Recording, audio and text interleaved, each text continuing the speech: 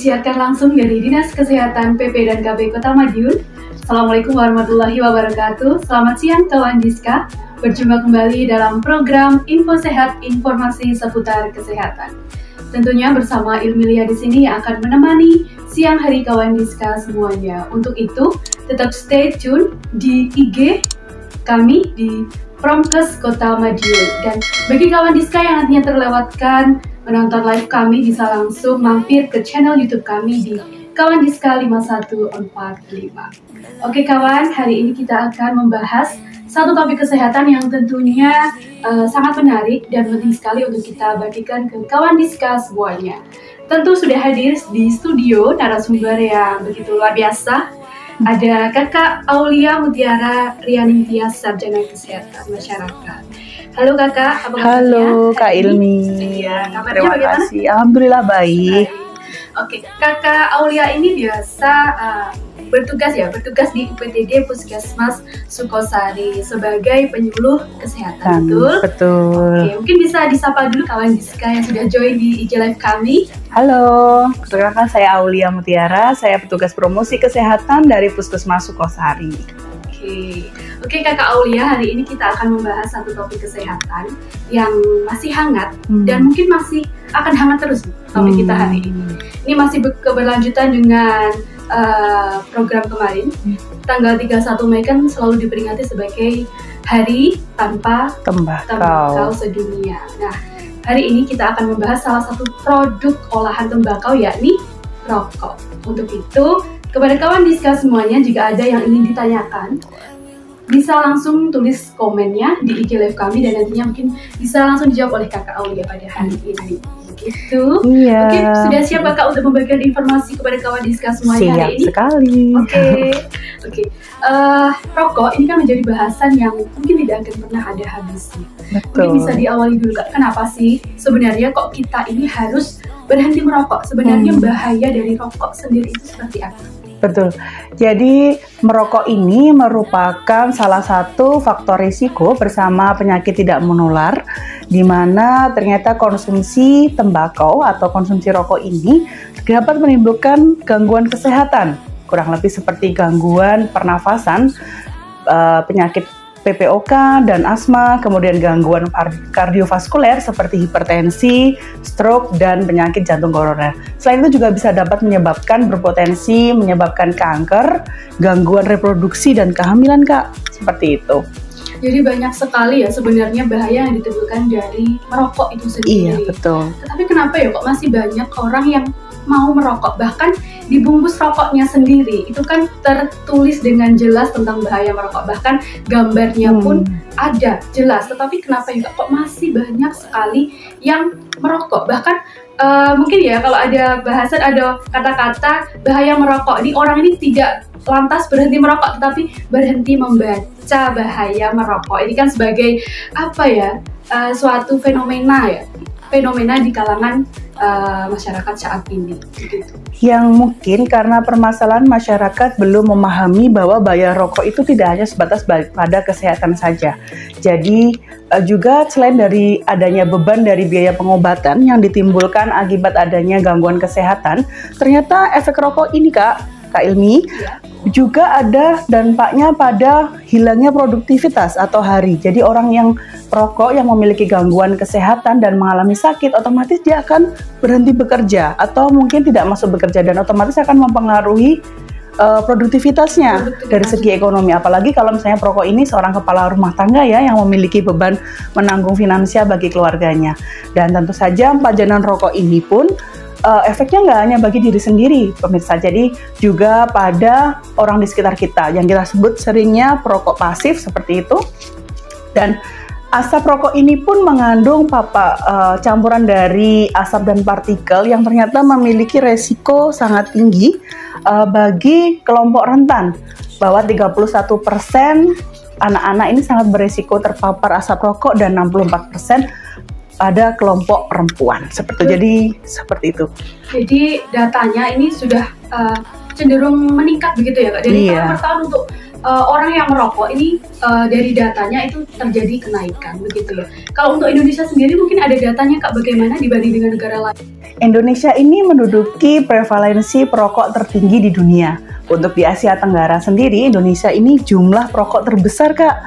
Nah, kebayangkan kita itu unggul loh dalam jumlah perokok. Kita unggul dalam jumlah perokok ya, kawan Dika. Dan trennya ternyata semakin hari ini semakin meningkat. Tren perokok usia muda antara 10 sampai 18 tahun yang ternyata memang di banyak adanya muncul fenomena rokok elektrik yang mudah didapatkan anak-anak muda zaman sekarang. Oke, jadi rokok elektrik ini menjadi salah satu fenomena terbaru ya, sebagai salah satu penyebab meningkatnya perokok di Indonesia sendiri. Betul. Nah, kemudian ada informasi nih Kak, katanya untuk rokok liquid ini katanya lebih aman dikonsumsi dibandingkan rokok biasa. Ini sebenarnya mitos atau fakta?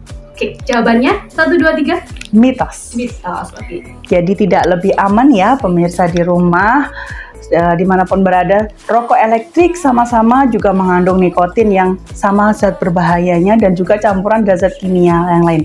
Perlu diketahui bahwa di sebatang rokok itu sendiri pun mengandung 400 zat kimia yang berbahaya untuk tubuh. Bahkan salah satunya juga bisa menyebabkan pemicu kanker ya, karsinogenik. Dan itu juga ditemukan ternyata di rokok elektrik yang berupa liquid atau cairan pengisi rokok elektrik itu sendiri. Jadi efeknya juga sama, menimbulkan ketergantungan nikotin. Kemudian yang menjadi perdebatan adalah rokok liquid atau cairan dari rokok elektrik ini tidak diatur peredaran oleh pemerintah. Jadi rentan untuk disalahgunakan, ditambahkan campuran zat-zat kimia yang mungkin lebih berbahaya dibanding rokok konvensional karena memang tidak bisa diawasi secara legal oleh pemerintah. Jadi jawabannya mitos ya kawan Diska kalau disebutkan bahwa rokok liquid ini lebih aman dibandingkan rokok konvensional biasa. Karena di dalam rokok liquid tadi juga sama saja ya kandungannya itu ada nikotin, kemudian juga sama saja ada adiksi yang menimbulkan ketergantungan itu. Betul sekali. Oke, jadi untuk kawan Diska semuanya, mungkin ada ini Kak, yang menyebutkan kalau tidak merokok ini tidak gaul. Nah, tidak gaul bagi kalangan muda mungkin di tempat tongkrongan atau dimanapun ini kan banyak sekali ditemukan anak-anak muda bahkan pada usia sekolah ini masih merokok. Bahkan sekarang trennya itu mengalungkan ini Kak, pot ini ya, vape yang dikalungkan itu sebagai gaya hidup atau lifestyle ya. Nah, ini kan salah satu hal yang tidak baik sebenarnya. Kalau sekarang istilahnya itu adalah FOMO. Ini kan FOMO dalam hal yang negatif. Harusnya kita harus FOMO dalam hal yang positif. Contohnya berolahraga, gitu kan ya Kak ya? Betul sekali Kak Ilmi. Oke, kemudian untuk media sosial mungkin Kak ini yang perlu dibahas. Mungkin sekarang kan zamannya ada selebgram, mungkin ada seleb TikTok. Ini kan marak sekali mereka menggunakan mempraktekkan rokok atau melakukan kegiatan merokok. Ini apakah juga sebagai salah satu bentuk merokok ini menjadi lebih tinggi di Indonesia karena melihat influencer ini juga melakukan hal yang sama? Betul sekali. Jadi dengan meningkatnya modernisasi ya, peningkatan teknologi, kecepatan informasi, semua orang, semua anak bahkan bisa mengakses dengan mudah. Otomatis dengan genggaman kita bisa mengetahui banyak hal gitu. Kalau zaman dahulu mungkin kasus-kasus perokok pada anak itu masih sangat sedikit. Beda ketika tren dalam tahun mulai dari 2013 sampai 2018 di mana terjadi kenaikan peningkatan perokok muda berdasarkan Riskesdas. Memang salah satunya adalah peningkatan teknologi juga dari pengaruh-pengaruh media sosial, pengaruh dari TikTok, Telegram dan sebagainya membuat anak-anak ikut mencontoh. Perlu diketahui orang tua bahwa anak itu merupakan peniru secara visual. Jadi dengan melihat, anak akan mulai mengikuti apa yang dilakukan idolanya. Jadi penting banget ya untuk mengawasi putra-putrinya dalam memfilter tontonan yang baik dan tidak baik. Karena lagi-lagi anak itu melihat belajar lewat secara visual. Jadi dengan melihat banyak konten yang negatif atau buruk akan mempengaruhi buruk. Dan takutnya budaya menggunakan vape rokok ini menjadi budaya yang normal atau menormalisasi. Betul sekali Kak.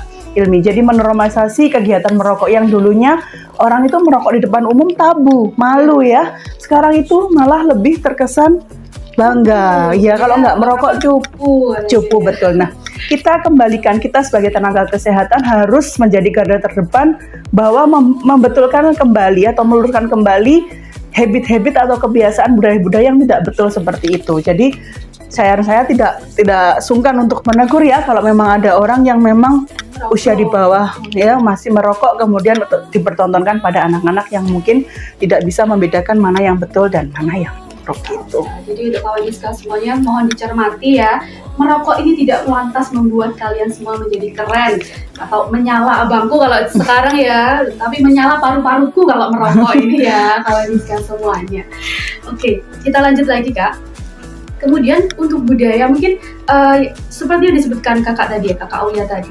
Kalau misalkan sekarang ini orang cenderung biasa saja untuk merokok di tempat-tempat umum, bahkan mungkin di kawasan tanpa rokok ini ada banyak orang mungkin sebagian yang merasa biasa saja, tidak merasa bersalah jika merokok di tempat kawasan tanpa merokok. Ini bagaimana tanggapannya dari kakak Aulia sendiri? Ya, pertama memang dari segi regulasi kebijakan memang penguatan kebijakan paling utama ya dalam menekankan pembedaan kawasan tanpa rokok dan kawasan terbatas merokok ataupun kawasan yang memang sama sekali dilarang merokok.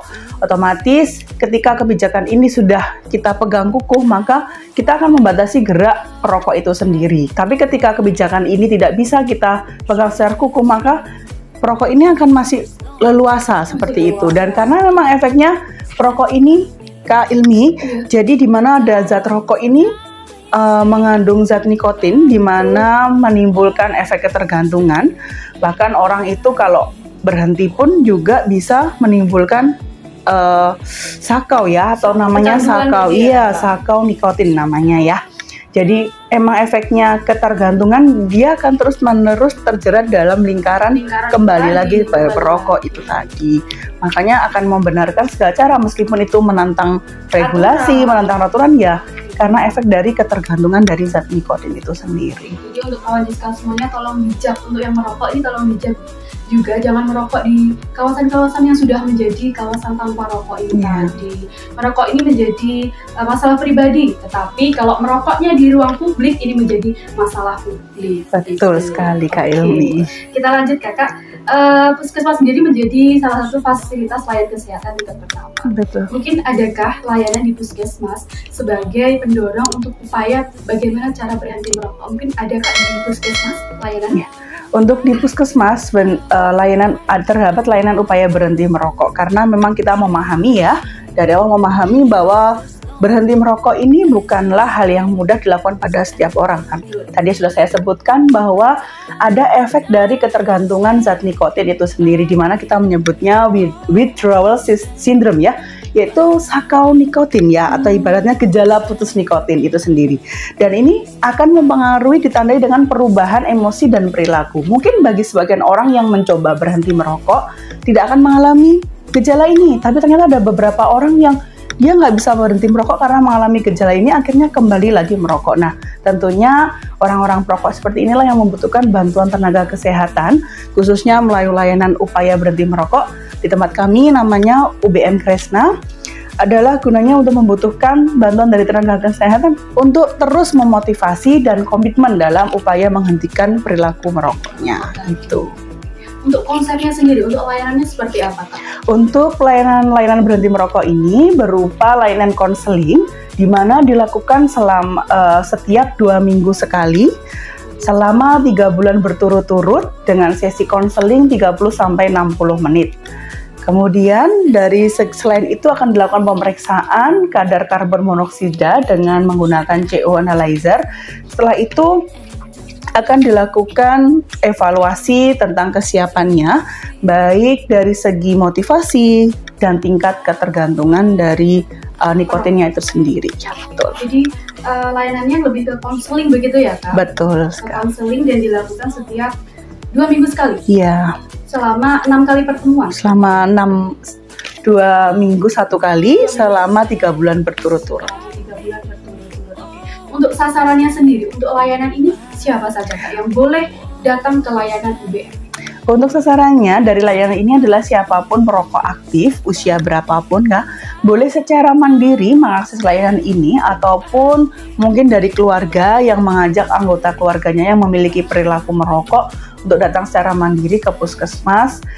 Dan untungnya layanan upaya berhenti merokok ini sudah terdapat di semua puskesmas di Kota Madiun, di 6 puskesmas ya.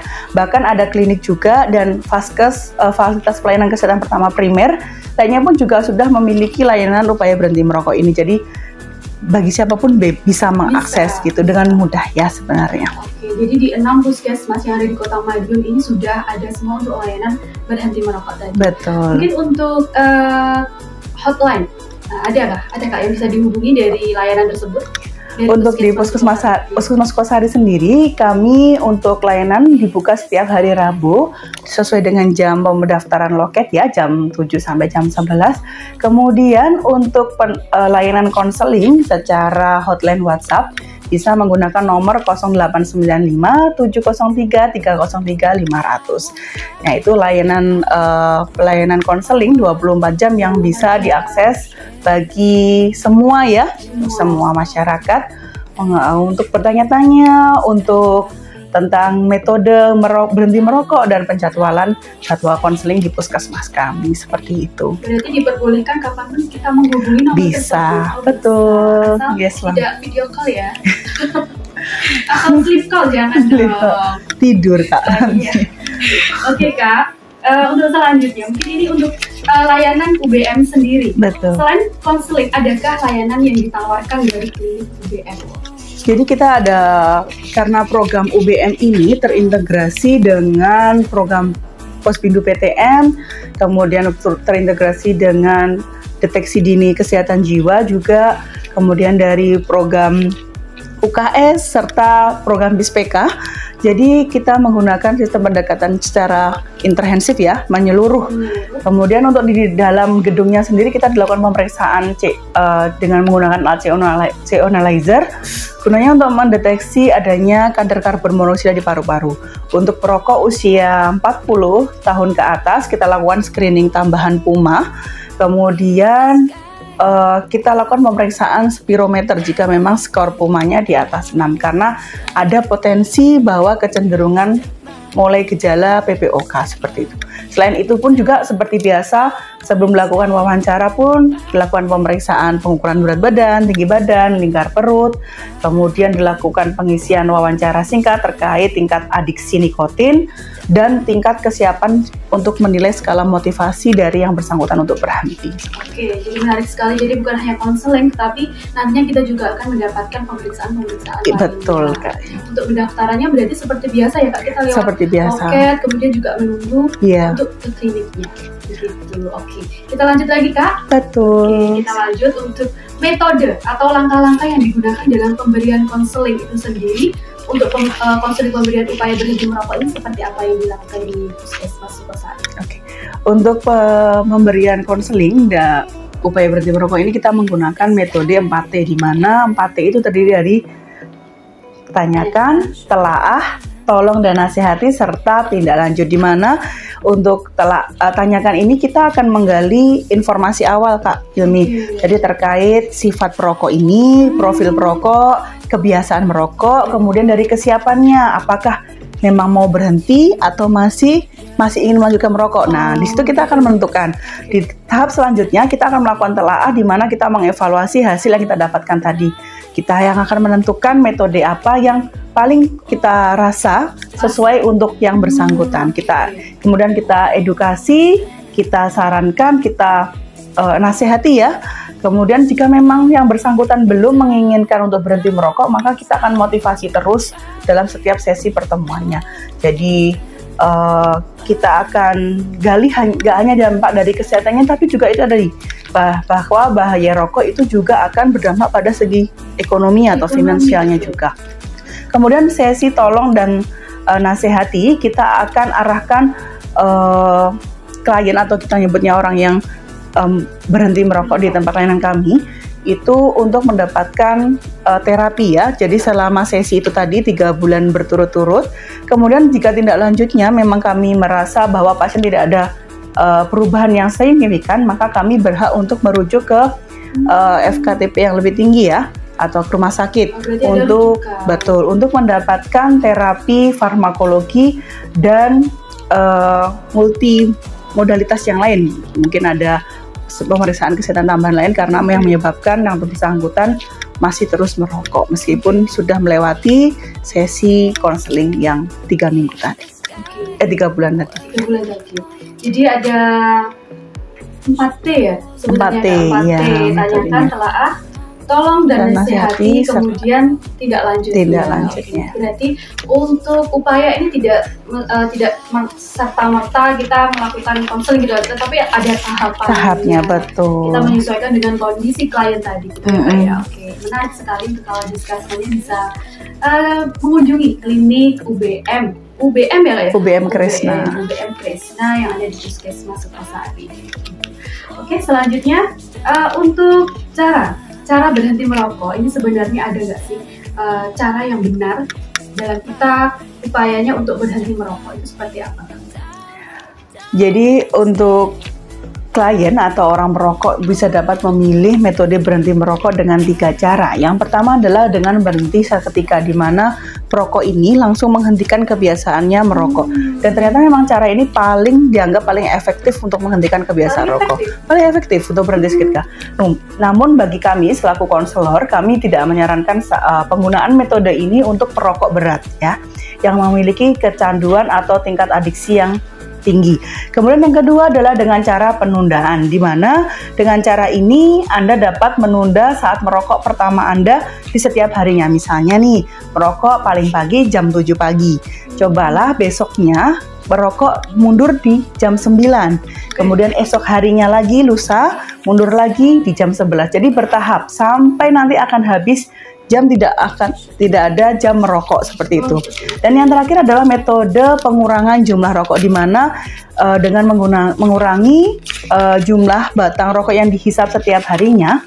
Misalnya hari ini merokok sejumlah 20 batang, besoknya turun menjadi 18 batang, dan besoknya lagi turun menjadi 15 batang, hingga sampai ada hari sudah tidak ada jumlah batang yang dirokok seperti itu.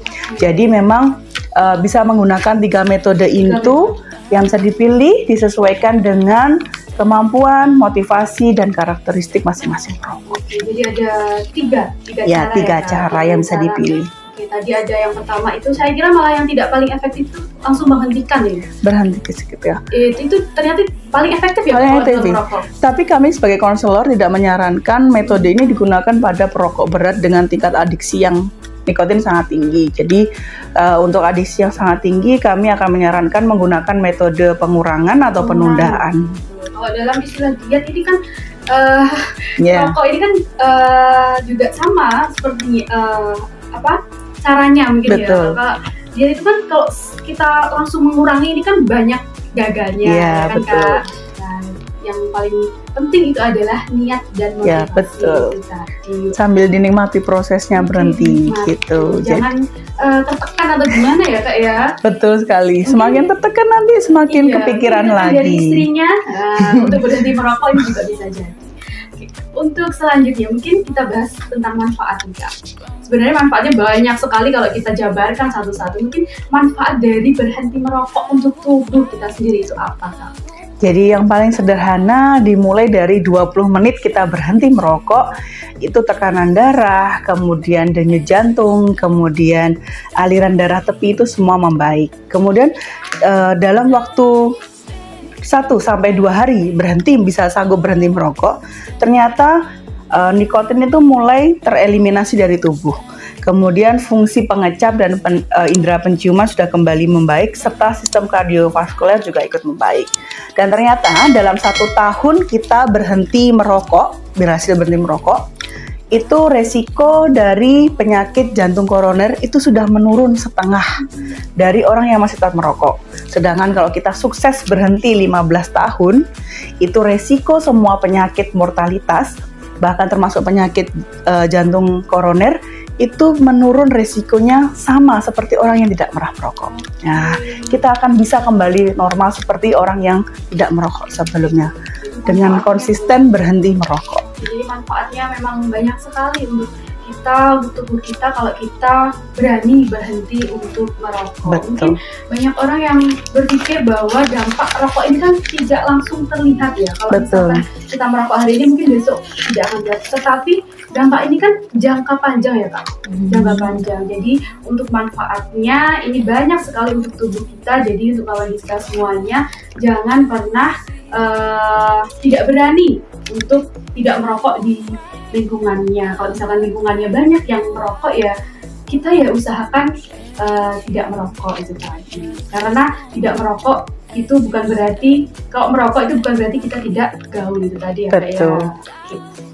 Kemudian ini kita selingi dulu ya Kak. Ternyata sudah ada pertanyaan yang masuk di kita. Boleh. Pertanyaannya dari @anggianggi lumut ini Kak. Username-nya ya. Kemudian ini pertanyaannya, bagaimana sih cara agar orang perokok atau klien tadi mau ke klinik UBM tadi? Jadi sebagai saya sendiri sebagai tenaga promosi kesehatan tidak henti-hentinya untuk membantu mengedukasi, karena memang garda utama di puskesmas kita lebih ke promotif dan preventif, di mana kita tidak berhenti ya mengedukasi, membangun kesadaran dari masyarakat khususnya bagi perokok itu sendiri.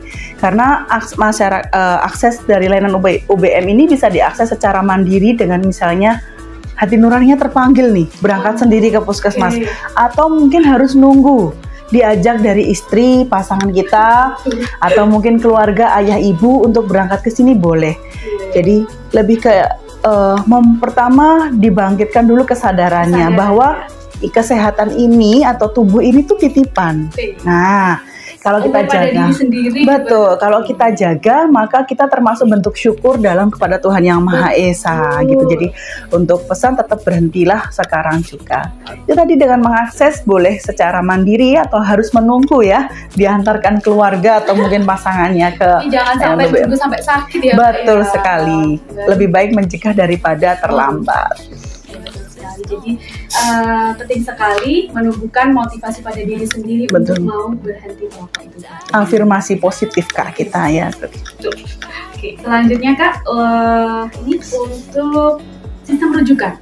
Sistem rujukan sendiri untuk klinik UBM ini sendiri seperti apa? Seperti yang sudah saya sampaikan tadi juga, bahwa pasien untuk klien UBM ini yang memang tidak bisa kami tangani, bahwa kami sudah melakukan konseling selama 3 bulan dengan sesi 2 kali setiap 2 minggu sekali dengan durasi 30-60 menit, tapi ternyata tidak ada progres yang meningkat. Otomatis dari puskesmas melakukan rujukan ke vaskes yang lebih tinggi seperti di rumah sakit tadi. Dengan tentunya harapannya selain dari pendampingan terapi non farmakologi, di rumah sakit juga bisa mendapatkan terapi farmakologi, yaitu menggunakan obat-obatan atau bahkan dengan terapi multi modalitas yang lain, misalnya dengan konseling kepada klinik kejiwaan juga, karena bisa jadi orang yang kecanduan rokok itu juga karena pengaruh adanya ketidakstabilan emosional ya, manajemen. Karena biasanya orang merokok itu identik tidak bisa konsentrasi, tidak bisa berpikir kalau tidak merokok. Nah, itu yang perlu dikonselingkan kepada multi ilmu yang lain seperti itu. Berarti sistem rujukan seperti itu. Nah, ini pas sekali ada pertanyaan yang masuk lagi Kak, dari username-nya @erwin_heart. Ini ada pertanyaannya, apakah ada obat khusus untuk berhenti merokok? Berarti ke farmakologi tadi ya? Iya. Jadi untuk terapi berhenti merokok ini ada 2, dari segi non farmakologi, di mana non farmakologi ini yang ditangani di puskesmas. Ya, karena kita mengutamakan preventif dan promotif, sedangkan terapi farmakologi atau menggunakan obat-obatan itu dapat dilakukan di rumah sakit. Dan memang ada obat yang bisa untuk membantu menekan ketergantungan efek nikotin, tapi sifatnya adalah tidak permanen ya. Jadi kembalikan lagi, tetap selain dari terapi farmakologi juga harus tetap dibantu dengan motivasi dari diri sendiri, afirmasi positif itu sendiri, bahwa memang rokok itu akan merusak tubuh kita sendiri. Dengan pendampingan dari farmakologi dan non farmakologi akan mampu membuat seseorang untuk berhenti merokok. Jadi dukungan dari lingkungan sosial, betul sekali. Lingkungan sekitar kita ini penting sekali untuk kita bisa berhenti merokok. begitu ya? Iya. Oke. Untuk selanjutnya, sejauh klinik UBM ini telah berjalan, mungkin hambatan yang dilalui selama klinik ini sudah berjalan itu seperti apa, Kak? Untuk hambatannya adalah kita masih terbatas pada kurangnya kesadaran masyarakat, khususnya dalam meyakini bahwa bahaya rokok itu nyata adanya. Akibatnya apa? Orang masih enggan untuk meminta pertolongan pada petugas kesehatan, dan akhirnya menimbulkan tingkat kunjungan kelainan UBM ini tidak bisa meningkat secara signifikan ya. Kemudian juga tingkat kunjungan, kemudian penjaringan klien baru pun juga tidak bisa menaik secara signifikan karena tadi kurangnya dari masyarakat. Kalau di Puskesmas Sukosari, untuk mengatasi hal ini kami memiliki inovasi dengan yang kami beri nama Mas Ari Lalingudut. Puskesmas Sukosari, layanan konseling keliling dan edukasi berhenti merokok. Nah, mungkin dari pemirsa di rumah, khususnya di wilayah Puskesmas Sukosari ya, di wilayah kerja Puskesmas Sukosari yang menginginkan masyarakatnya yang misalnya kelompok dasawisma atau kelompok masyarakat yang lain yang memang sudah memiliki bulat keinginan untuk berhenti dan ingin meminta kunjungan dari petugas. Jadi kita akan mendatangi untuk melakukan pemeriksaan baik konseling ataupun pemeriksaan CO Knowledge tadi kepada kelompok-kelompok yang tadi ya. Betul seperti itu, karena kita sifatnya edukasi keliling ya gitu. Jadi pelayanannya semakin mantap nih, lebih jemput bola ya, karena kalau kita menunggu orang datang itu akan susah ya. Nah, akhirnya kita yang akan mengunjungi, kita kunjungi. Jemput bola itu tadi ya. Betul. Kak, ya. Karena kurangnya awareness atau kesadaran dari masyarakat yang merokok tadi untuk datang ke tempat pelayanan UBM tadi. Betul sekali. Oke, untuk yang terakhir Kak. Nah, pesan yang ingin disampaikan sebagai konselor sekaligus sebagai petugas promosi kesehatan masyarakat bagi masyarakat di luar sana terkait bahaya perilaku merokok ini seperti apa dari Kakak Aulia? Yang pertama adalah pilih cara berhenti merokok yang sesuai dengan diri Anda. Yang kedua adalah cara apapun yang Anda pilih tetap baik ya. Yang penting tetapkan hari Anda harus berhenti merokok dan berjanjilah menepatinya. Yang ketiga adalah bahwa kendali atau kuasa sepenuhnya pada tubuh kita itu ada di diri kita sendiri.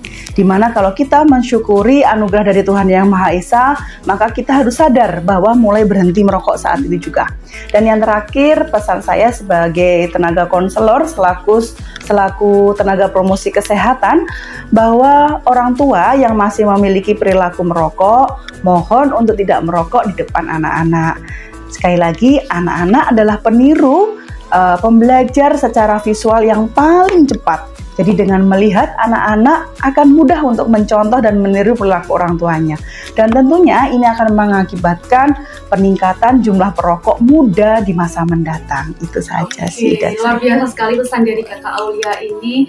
Jadi kita harus bersyukur telah diberikan nikmat sehat dari Allah SWT. Untuk itu sudah kewajiban kita semua untuk menjaganya. Salah satunya adalah dengan berhenti merokok. Betul. Terima kasih Kakak Aulia. Sama-sama Kak Ilmi. Informasi yang sangat penting kepada kawan Diska semuanya. Semoga dengan tayangan podcast kali ini bisa menambah kunjungan ke klinik UBM ya Kak ya. Iya betul. Makin banyak yang tergerak hatinya ya. Hatinya untuk bisa datang ke klinik upaya berhenti merokok. Kakak, kita bertemu di kesempatan yang lainnya tentunya dengan materi yang berbeda. Terima kasih Kakak. Sama-sama. Kawan Diska, itu tadi podcast kita hari ini tentang upaya berhenti merokok. Jangan lupa untuk kawan Diska semuanya untuk berani untuk berhenti merokok, hidup lebih sehat dan bermanfaat dengan tidak merokok. Kita tutup podcast hari ini tentunya dengan pantun Kak. Boleh? Boleh. Nanti kalau saya berpantun Kakak boleh menjawab dengan kata cakep gitu ya. Oke. Mungkin kawan Diska semuanya yang sedang menonton live kami juga bisa menjawab dengan kata cakep itu tadi. Oke. Bangun pagi ayam berkokok. Cakep. Merah muda bunga dahlia. Cakep. Yuk mari stop merokok untuk Anda dan keluarga. Cakep. Demikian podcast kita hari ini. Kita bertemu di lain kesempatan tentunya dengan materi yang berbeda. Yulia pamit undur diri. Assalamualaikum warahmatullahi wabarakatuh.